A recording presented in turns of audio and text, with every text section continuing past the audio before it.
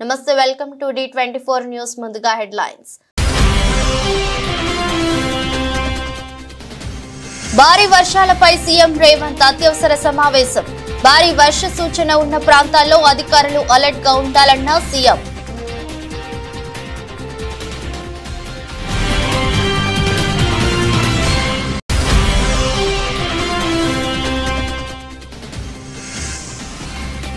భారీ వర్షాలకు వణికిపోతున్న ఆంధ్రప్రదేశ్ వరదను సమర్థంగా ఎదుర్కొంటామన్న సీఎం చంద్రబాబు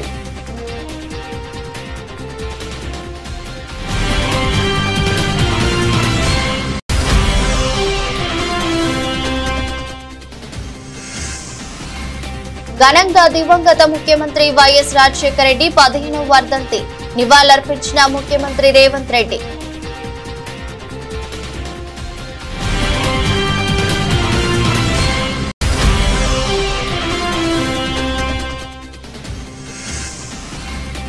ప్రకాశం బ్యారేజీకి రికార్డు స్థాయిలో వరద భారీ వరదలతో విరిగిపోయిన ప్రకాశం బ్యారేజ్ మొదటి 3 గేట్లు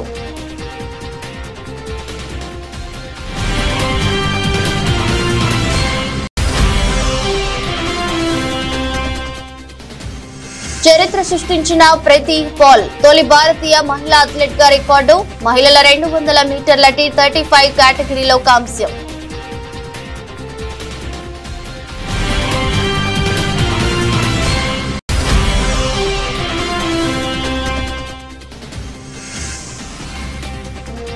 బంగారు కొనుగోలుదారులకు శుభవార్త వరుసగా 3వ రోజు తగ్గిన బంగారం ధరలు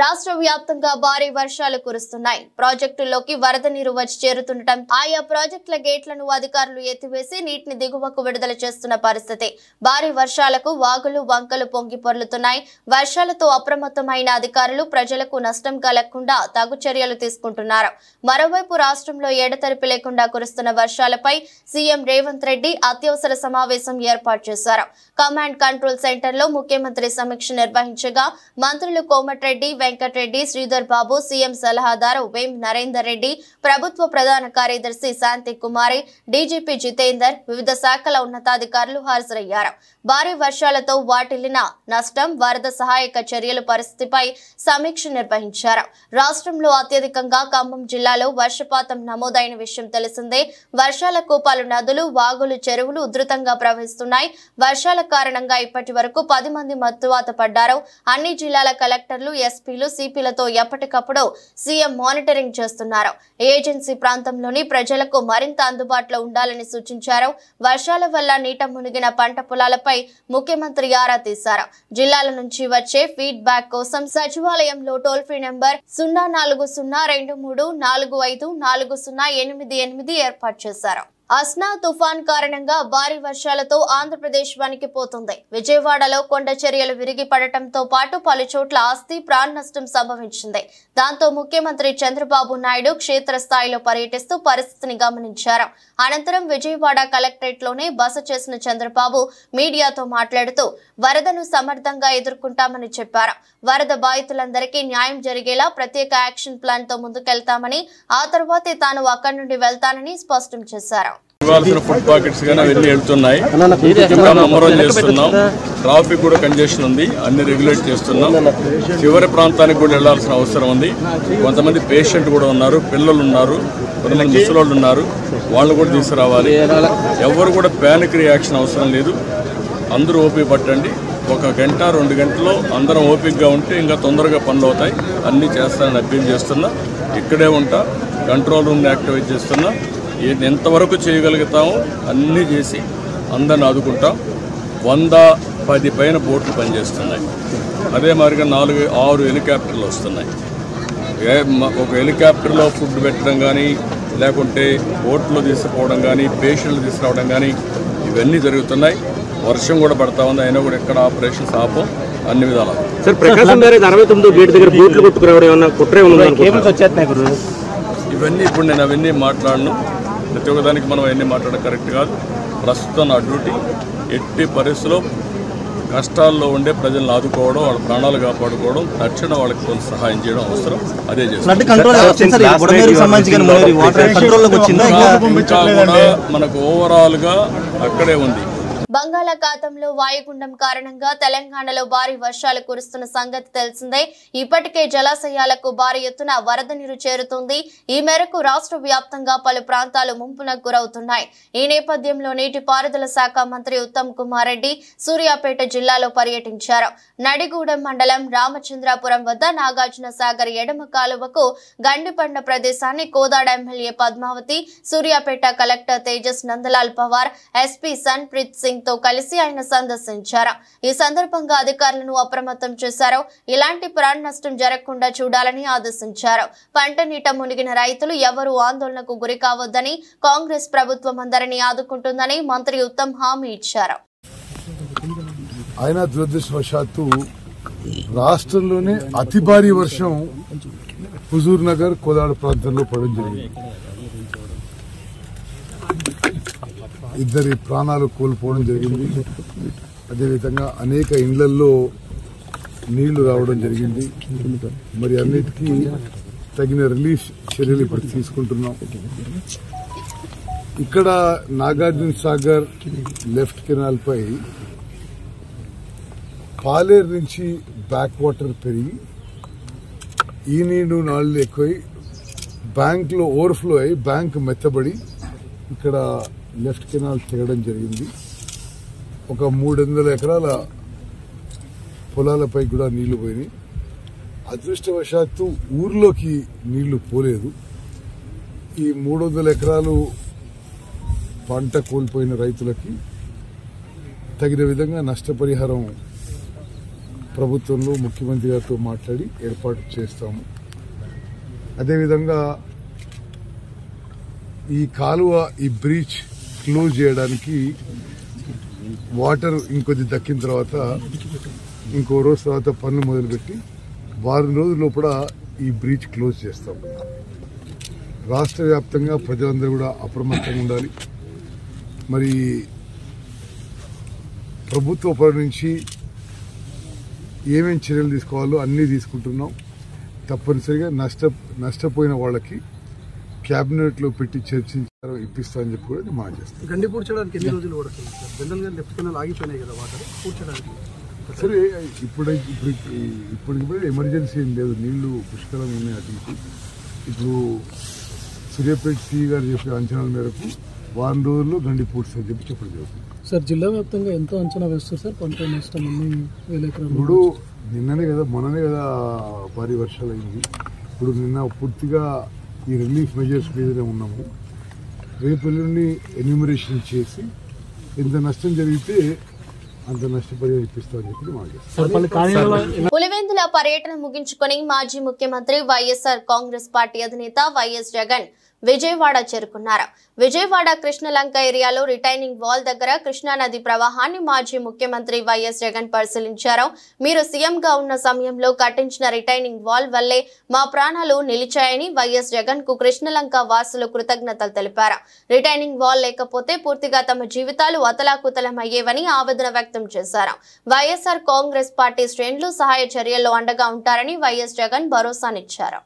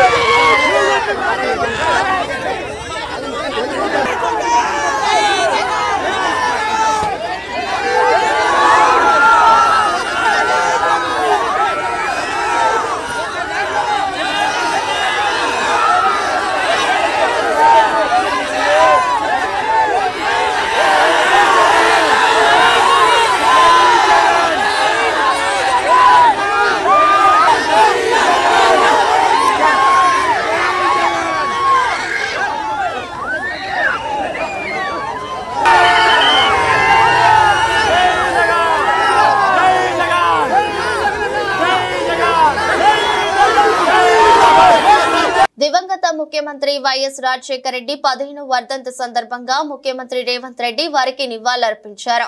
జూబ్లీహిల్స్ నివాసంలో వైఎస్ఆర్ గారి చిత్రపటానికి పుష్పాంజలి ఘటించారు. కార్యక్రమంలో సీఎం సలహాదారులు వేం నరేందర్ రెడ్డి, మాజీ మంత్రి బోధన ఎమ్మెల్యే పి సుదర్శన్ రెడ్డి, పలువురు ప్రజా ప్రతినిధులు, నేతలు కూడా ఉన్నారు. అలాగే గాంధీ భవన్ లో వైఎస్ఆర్ వర్ధంతి సందర్భంగా ఆయన చిత్రపటానికి కాంగ్రెస్ నాయకులు పూలమాలలు వేసి నివాళులర్పించారు. అంతకుముందు పంజాగుట్టలోని వైఎస్ఆర్ విగ్రహానికి పూలు చల్లి నివాళులర్పించారు. ఈ కార్యక్రమంలో TPCC working president Mahesh Kumar Goud, MP Anil Yadav, MLA Danam Nagender, Rohin Reddy, చల్లా నరసింహారెడ్డి, నిరంజన్ కుమార్ రావు, అల్లం భాస్కర్, మెట్టు సాయి కుమార్, బొజ్జా సంధ్యారెడ్డి, ప్రేమలత అగర్వాల్ తదితరులు పాల్గొన్నారు. ఆంధ్రప్రదేశ్ లో భారీ వర్షాలు కురుస్తున్నాయి. రాష్ట్ర వ్యాప్తంగా జనజీవనం అస్తవ్యస్తంగా మారింది. వాగులు, వంకలు, నదులు పొంగి ప్రవహిస్తున్నాయి. పలు గ్రామాలకు రాకపోకలు నిలిచిపోయాయి. విజయవాడలోని ప్రకాశం బ్యారేజీకి కని విని ఎరుగని స్థాయిలో వరద నీరు వచ్చి చేరుతోంది. చరిత్రలోనే తొలిసారిగా బ్యారేజీకి 11,20,000 క్యూసెక్కులకు వరద వచ్చింది. దీంతో అధికారులు అప్రమత్తమయ్యారు. గేట్లు తెరిచి వరద నీటిని కిందకి వదులుతున్నారు. ఈ క్రమంలోనే ఎగువ నుంచి కొట్టుకు వచ్చిన బోటు 69వ నెంబర్ గేట్ ను ఢీకొట్టింది. దీంతో స్వల్పంగా డ్యామేజ్ జరిగింది. బోటు ఎక్కడి నుంచి కొట్టుకు వచ్చిందని అధికారులు పరిశీలిస్తున్న క్రమంలోనే మరో 4 బోట్లు కొట్టుకొచ్చాయి. దీంతో అధికారులలో సందేహాలు వ్యక్తమవుతున్నాయి. ప్రమాదవశాత్తు కొట్టుకు వచ్చాయా లేక ఎవరైనా కావాలని బోట్లను వదిలారా అని అనుమానిస్తున్నారు. గతంలో చంద్రబాబు నివాసాన్ని ముంచాలనే ఉద్దేశంతో బోటు అడ్డు తగిలిందని అప్పటి వైసీపీ ప్రభుత్వం నీటి ప్రవాహాన్ని పెంచేందుకు ప్రయత్నించిందన్న ఆరోపణలు ఉన్నాయి. తాజాగా 4 బోట్లు కొట్టుకు రావడంతో నాడు జరిగిన సంఘటనను అధికారులు గుర్తు చేస్తున్నారు. ఈ బోట్లు కొట్టుకు రావడం వెనుక ఎవరైనా ఉన్నారా అనేది తెలుసుకోవడానికి ప్రయత్నిస్తున్నారు. ఇరిగేషన్, రివర్ కన్జర్వేటివ్ శాఖల అధికారులు దీనిపై విచారణ జరుపుతున్నారు. ప్రకాశం బ్యారేజీ వద్ద 23.6 అడుగుల మేర నీరు ప్రవహిస్తోంది. ఈ స్థాయిలో వరద గతంలో ఎన్నడూ లేదని అధికారులు చెబుతున్నారు. ఖమ్మం వరద ప్రభావిత ప్రాంతాలలో మాజీ మంత్రి పువ్వాడ అజయ్ సోమవారం నాడు పర్యటించారు. దెబ్బతిన్న ఇండ్లు, నష్టపోయిన బాధితులను కలిసి పరామర్శించి ధైర్యం చెప్పారు. అండగా ఉంటానని భరోసా కల్పించారు. ప్రభుత్వం తక్షణమే ఆదుకోవాలని కోరారు. వరద బాధితులు తమ కష్ట నష్టాలను మాజీ మంత్రి పువ్వాడతో చెప్పుకున్నారు. అలాగే ఖమ్మంలో తక్షణమే సహచరులు చేపట్టే విధంగా ప్రభుత్వంపై ఒత్తిడి చేయండి. ప్రభుత్వం అజాగ్రత్తతో చిన్న కుటుంబాలన్నీ చిన్న భిన్నమయ్యాయంటూ ఎంఐఎం పార్టీ శాసనసభ పక్ష నేత అక్బరుద్దీన్ ఓవైసీతో ఫోన్లో మాట్లాడారు.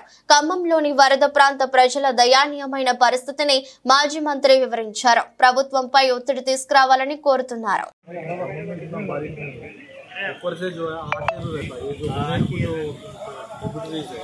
वो और वो अपने आंध्रा से जो पानी आता है वो पूरा आके एकदम सैचुरेट है और ये लोगों को जो है चेतावनी भी नहीं दिया है तो बहुत लोग डूब गए। माना तो बहुत खराब हो गया, उसका जो है निकलने के लिए भी ये नहीं मिला, उसका वजन भी नहीं दिया।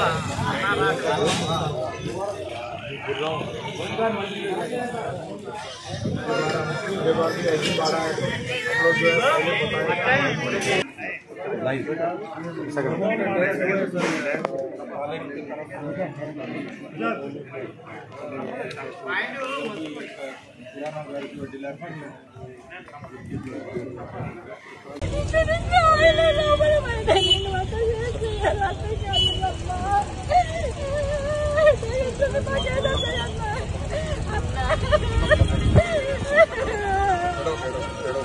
రాష్ట్రంలో భారీ వర్షాలు, వరదల నేపథ్యంలో జిల్లాల కలెక్టర్లు, పోలీసు అధికారులు అప్రమత్తంగా ఉండాలని రెవెన్యూ, సమాచార శాఖ మంత్రి పొంగులేటి శ్రీనివాసరెడ్డి ఆదేశించారు. స్థానికంగా అందుబాటులో ఉంటూ ప్రాణ, ఆస్తి నష్టం జరగకుండా ముందస్తు చర్యలు చేపట్టాలన్నారు.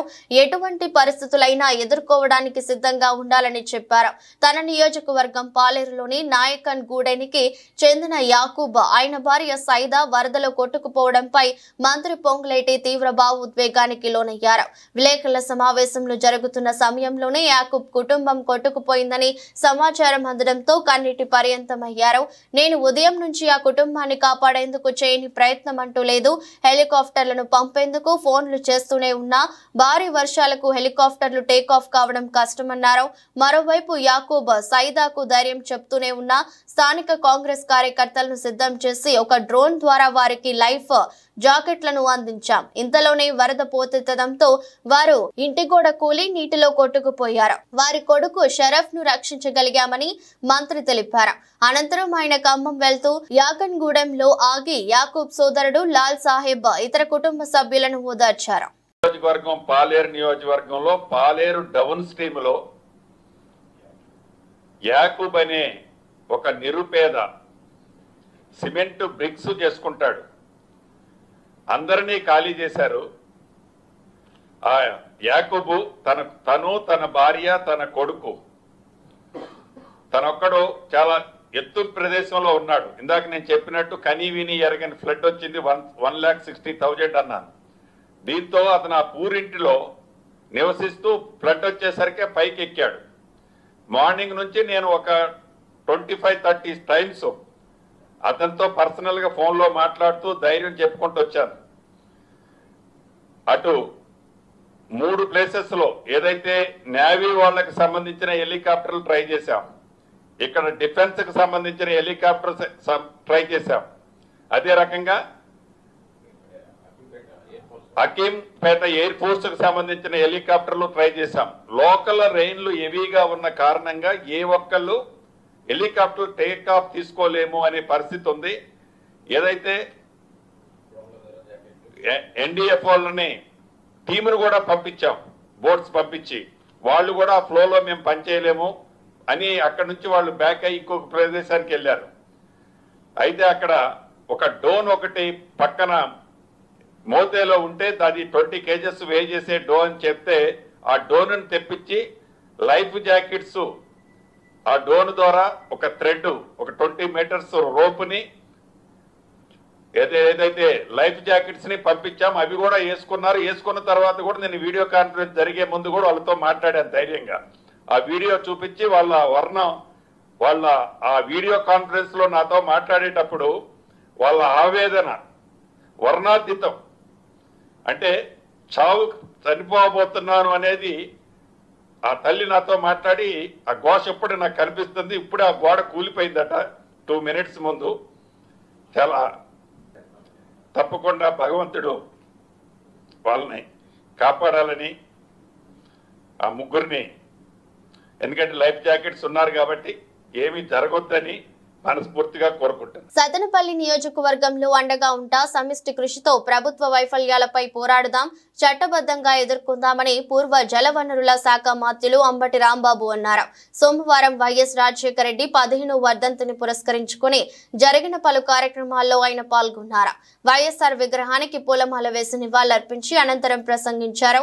ఈ సందర్భంగా ఆయన మాట్లాడుతూ పరిపాలన, స్నేహం, సాయం, సేవా కార్యక్రమాల్లోనూ వైఎస్ రాజశేఖర రెడ్డి అరుదైన వ్యక్తిత్వం కలిగిన వాడన్నారు. పేదల గుండెల్లో స్థిరస్థాయిగా నిలిచిపోయిన మహానీయుడని కొనియాడారు. గత 5 ఏళ్లలో జగన్మోహన్ రెడ్డి తండ్రిని మరిపించేలా సంస్కరణలతో సంక్షేమ సుపరిపాలన అందించారని గుర్తు చేశారు. ఈ ప్రభుత్వం అధికారం చేపట్టి 3 నెలలే అయినా ప్రజా వ్యతిరేకత కూడగట్టుకుందని ఆరోపించారు.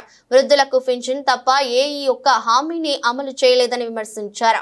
జీవో నెంబర్ 29లో తల్లికి మాత్రమే తల్లికి వందనం పథకం వర్తిస్తుందని స్పష్టంగా ఇచ్చిన మాట మారుస్తున్నారని ఆరోపించారు.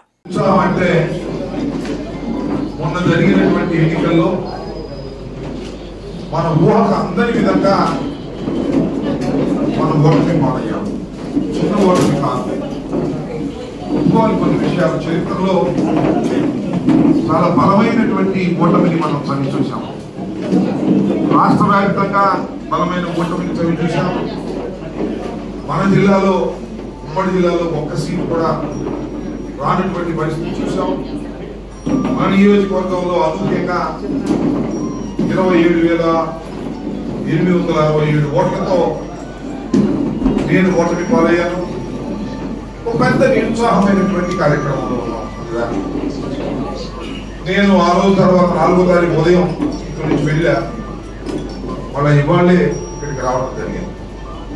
ఎందుకంటే ఒక నిరుత్సాహంలో ఉన్నప్పుడు కొంత బాధ కలుగుతుంది కాబట్టి రాలేకపోయాను. రాలేకపోయినా పార్టీ కార్యక్రమాలను నేను నిరంతరం హెడ్ ఆఫీస్ నుంచి అన్ని నిర్వహిస్తున్నటువంటి సందర్భం. మీ అందరికీ నేను ఈ సందర్భంగా మనవి చేసేది ఏమిటంటే ఈ నిరుత్సాహం జీవితాంతం ఏమి ఉండదు. ఒక 5 సంవత్సరాల తర్వాత మళ్ళీ ఎన్నికలు జరుగుతాయి. ఆ ఎన్నికల్లో మరోసారి ప్రజల యొక్క నిర్ణయాలు బయటపడతాయి. కాకపోతే నేను ఈ సందర్భంగా మీ అందరికీ చెప్పాలనుకుంటుంది ఏంటంటే ఇప్పుడు నుంచి ప్రారంభమవుతుంది చర్చ. జగన్మోహన్ రెడ్డి గారి పరిపాలన ఎలా ఉంది, చంద్రబాబు నాయుడు గారి పరిపాలన ఎలా ఉంది, ఆయన 5 సంవత్సరాలు ఎలా పరిపాలన చేశాడు, ఈయన ఎలా పరిపాలన చేయబోతున్నాడు, ఇప్పుడు ఈ 3 మాసాల్లో ఏ విధమైన పరిపాలన చేశారు అనేది చర్చ. నేను మళ్ళా మనవి చేస్తున్నా, సత్యనపల్లిలో నేనున్నప్పుడు పరిపాలన ఎలా జరిగింది, ఇప్పుడు ఎలా జరుగుతుంది అనేది కూడా చర్చకు వస్తుంది. 3 నెలలే, ఎక్కువే కాల. రాబోయే కాలంలో ఇంకా పెద్ద చర్చలు జరుగుతాయి. నేను మీ అందరికీ మనవి చేస్తున్నా, జగన్మోహన్ రెడ్డి గారు ఇచ్చిన ప్రతి హామీని నెరవేర్చాడు. చంద్రబాబు నాయుడు గారు ఇచ్చిన హామీలు. పాతపట్నం మండల కేంద్రంలో ఆక్రమణదారులపై చర్యలు తీసుకోవాలి. మాజీ ఎమ్మెల్యే రెడ్డి శాంతి మండల కేంద్రం మహీంద్ర డిగ్రీ కళాశాల సమీపంలోని ప్రహరాజపాలెం రెవెన్యూ పరిధిలోని ప్రభుత్వ భూమిని టీడీపీ నాయకులు ఆక్రమించుకుంటున్నారని, ఆక్రమణదారులపై చర్యలు తీసుకోవాలని మాజీ ఎమ్మెల్యే రెడ్డి శాంతి ప్రభుత్వానికి డిమాండ్ చేశారు. సర్వే నంబర్ 7లో 2 ఎకరాల ప్రభుత్వ భూమిని చదును చేయడంతో ఈ రోజు ఆ స్థలాన్ని ఆమె పరిశీలించారు. ఈ సందర్భంగా మాట్లాడుతూ ప్రభుత్వ భూమిలోని టేకు చెట్లను కూడా నరికివేసి సంపదను ఆక్రమణదారులు దోచుకున్నారన్నారు. అలాగే యథేచ్ఛగా మాట్లాడుతున్న మాజీ ఎమ్మెల్యే రెడ్డి శాంతి గ్రావెల్ తవ్వకాలు చేపడుతున్నారని అన్నారు. టీడీపీ కూటమి ప్రభుత్వం సూపర్ 6 హామీలను నమ్మి రాష్ట్ర ప్రజలు వారికి అధికారం కట్టబెడితే ఉన్న పథకాలను తొలగిస్తున్నారని ఆరోపించారు. అలాగే మహిళలకు రక్షణ లేకుండా పోయిందన్నారు. చెప్పాలని మరి ప్రజల పక్షాన పోరాడే వైఎస్ఆర్సీపీ పార్టీ మేము ఈరోజు దీన్ని ఎజెండాగా ప్రజల కోసం ప్రజాగళంగా మేమంతా కూడా ఇక్కడ ఉండేటువంటి నాయకులు ప్రజలు మేమంతా కూడా ప్రశ్నిస్తున్నాం. ఈ ప్రభుత్వానికి అభివృద్ధి చేయాలి కానీ ప్రభుత్వ స్థలాలు ఆక్రమించుకోవడం, ప్రజల తాలూకా సంక్షేమ ఫలాల మీద కొట్టడం ఇది పరిపాలన కాదు. పాలకపక్షం అంటే ప్రజల తరపున ఉండాలని ప్రశ్నిస్తున్నాం. జై జగన్.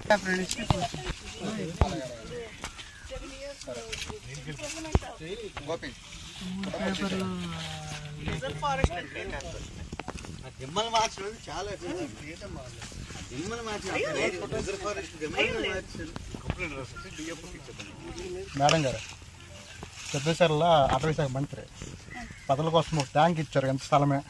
ఆయన మీద కేసు పెట్టి 3 సంవత్సరాలు కోర్టు ఇప్పిస్తారు ఫారెస్ట్ వాళ్ళు. ఆల్రెడీ ఎంత ఆక్రమణ చేసుకున్న ఫారెస్ట్ వాళ్ళు ప్రొడక్షన్ ఇచ్చారు.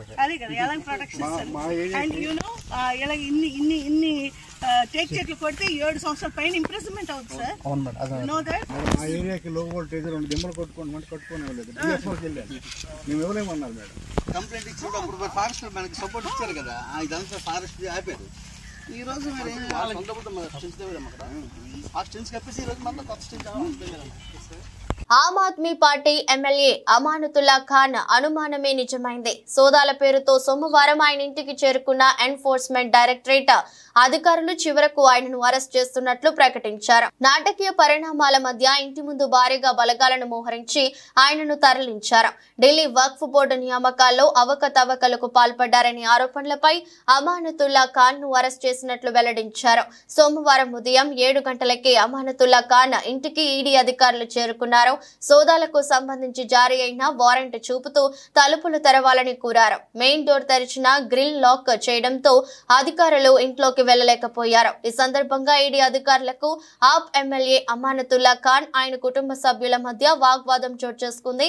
తనను అరెస్టు చేయడానికే వచ్చారంటూ అమానతుల్లా ఖాన్ ఆరోపించగా అలా ఎందుకు అనుకుంటున్నారంటూ ఈడీ అధికారి ఒకరు ఎదురు ప్రశ్నించారు. దీనిపై మండిపడ్డ ఎమ్మెల్యే అరెస్టు చేయడానికి కాకుంటే 3 గదులు ఉన్న ఇంట్లో ఏం సోదాలు చేయడానికి వచ్చారంటూ అధికారులను నిలదీశారు. ఎమ్మెల్యే అమానతుల్లా ఖాన్ ఇంట్లో సోదాలు జరిపిన తర్వాత ఎమ్మెల్యేను అరెస్టు చేస్తున్నట్లు ప్రకటించిన అధికారులు భద్రతా బలగాల సాయంతో అమానతుల్లా ఖాన్ ను తీసుకువెళ్లారు. ప్యారిస్ లో జరుగుతున్న పారాలింపిక్స్ లో భారత పారా స్ప్రింటర్ ప్రీతి పాల్ రికార్డు సృష్టించింది. మహిళల 2 మీటర్ల T35 కేటగిరీలో కాంస్య పతకం గెలుచుకుంది. దీంతో ట్రాక్ అండ్ ఫీల్డ్ లో 2 పతకాలు సాధించిన తొలి భారతీయ మహిళా అథ్లెట్ గా రికార్డుకెక్కింది. ఆదివారం అర్ధరాత్రి జరిగిన 200 మీటర్ల రేసులో ప్రీతి కెరీర్ లో బెస్ట్ ప్రదర్శన చేసింది. 30.01 సెకండ్ల వ్యక్తిగత అత్యుత్తమ టైమింగ్ తో కాంస్యం నెగ్గింది. చైనా ద్వయం జియా జౌ గువో కియాన్ వరుసగా స్వర్ణం రజతం కైవసం చేసుకున్నారు. అంతకుముందు శుక్రవారం మహిళల 100 మీటర్ల T35 లోనూ భారత స్ప్రింటర్ కాంస్యం సాధించిన విషయం తెలిసిందే. 23 ఏళ్ల ఆమె ఫైనల్లో 14.21 సెకండ్లతో 3వ స్థానంలో నిలిచింది. యూపీకి చెందిన ప్రీతి సోషల్ మీడియాలో పారాలింపిక్ గేమ్స్ క్లిప్లను చూసిన తర్వాత 17 ఏళ్ల వయసులో పారా స్పోర్ట్స్ పట్ల ఆసక్తి పెంచుకుంది. అథ్లెటిక్స్ ప్రాక్టీస్ చేయడం ప్రారంభించిన కొన్నేళ్లకు ఆమె తన గురువు పారాలింపియన్ ఫాతిమా కార్టూన్ ను కలుసుకోవడంతో ప్రీతి జీవితం మారిపోయింది. ఫాతిమా ప్రోత్సాహంతో ప్రీతి జిల్లా రాష్ట్ర జాతీయ స్థాయి పోటీలలో పాల్గొంది. 2023 ఆసియా పారా గేమ్స్ లో అంతర్జాతీయ స్థాయి ప్రదర్శన ఇచ్చింది. దాంతో ప్యారిస్ పారాలింపిక్ గేమ్స్ కు అర్హత పోటీల కోసం ప్రీతి ఢిల్లీలోని జవహర్ లాల్ నెహ్రూ స్టేడియంలో కోచ్ గజేందర్ సింగ్ వద్ద శిక్షణ పొందింది. ఆమె కోచ్ సాయంతో తన రన్నింగ్ టెక్నిక్ లను మెరుగుపరుచుకుంది. ఆ తర్వాత ఈ ఏడాది జరిగిన ప్రపంచ పారా అథ్లెటిక్స్ ఛాంపియన్షిప్ లో ప్రీతి తన మొదటి అంతర్జాతీయ పతాకాన్ని కైవసం చేసుకుంది. అక్కడ ఆమె 100 మీటర్లు 200 మీటర్ల ఈవెంట్లలో కాంస్య పతాకాలను సాధించింది. మగవాళ్లకు గుడ్ న్యూస్. వరుసగా 3వ రోజు బంగారం ధరలు స్వల్పంగా తగ్గాయి. 10 గ్రాముల 22 క్యారెట్ల బంగారం ధర 10 తగ్గి 66,940కి చేరింది. ఆదివారం ఈ ధర 66,950గా ఉంది. 24 క్యారెట్ల బంగారం 10 గ్రాముల ధర సైతం 10 దిగొచ్చి 73,030 వద్ద కొనసాగుతోంది. ఆదివారం 73,040గా ఉండేది.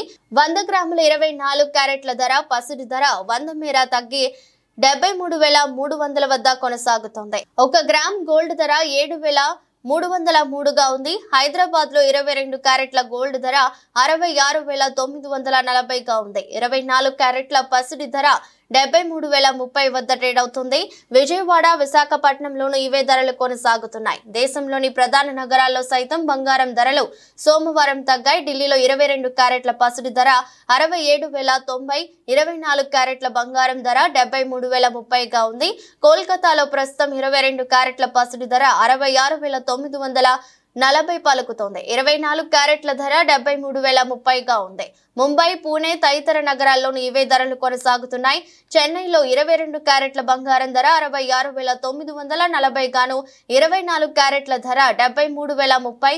బెంగళూరులో 22 క్యారెట్ల గోల్డ్ 66,940, 24 క్యారెట్ల ధర 73,030 గాను ఉంది. ఆర్బీఐ వడ్డీ రేట్లు, ఫెడ్విటీ రేట్లు వంటి అంశాలు పసిడి ధరల్లో హెచ్చు తగ్గులకు కారణమవుతున్నాయని నిపుణులు చెబుతున్నారు. వార్తలు ముగించే ముందు మరోసారి హెడ్లైన్స్.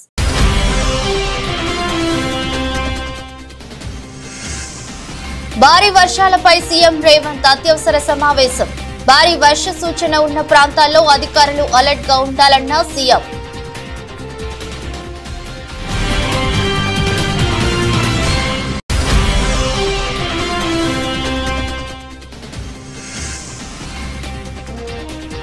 భారీ వర్షాలు వణికిపోతున్న ఆంధ్రప్రదేశ్.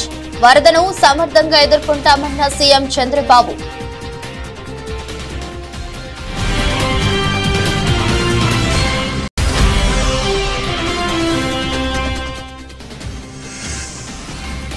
ఘనంగా దివంగత ముఖ్యమంత్రి వైఎస్ రాజశేఖర రెడ్డి 15వ వర్ధంతి నివాళులర్పించిన ముఖ్యమంత్రి రేవంత్ రెడ్డి.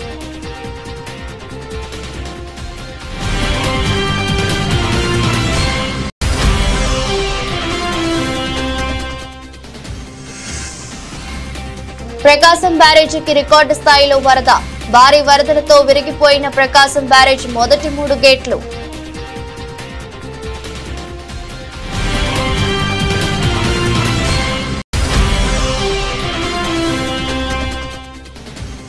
చరిత్ర సృష్టించిన ప్రీతి పాల్ తొలి భారతీయ మహిళా అథ్లెట్ గా రికార్డు. మహిళల 200 మీటర్ల T35 కేటగిరీలో కాంస్యం.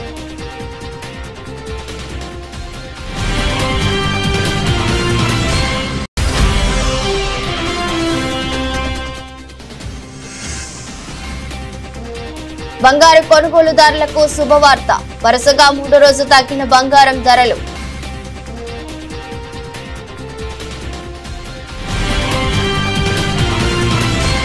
ఇద్దరు బులెటిన్ మరో బులెటిన్లో మళ్ళీ కలుద్దాం. అంతవరకు సెలవు. నమస్కారం.